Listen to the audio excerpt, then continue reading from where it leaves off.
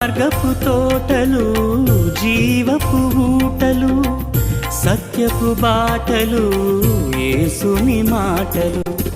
మాట మాత్రమే చాలును, మాట మాత్రమే చాలు.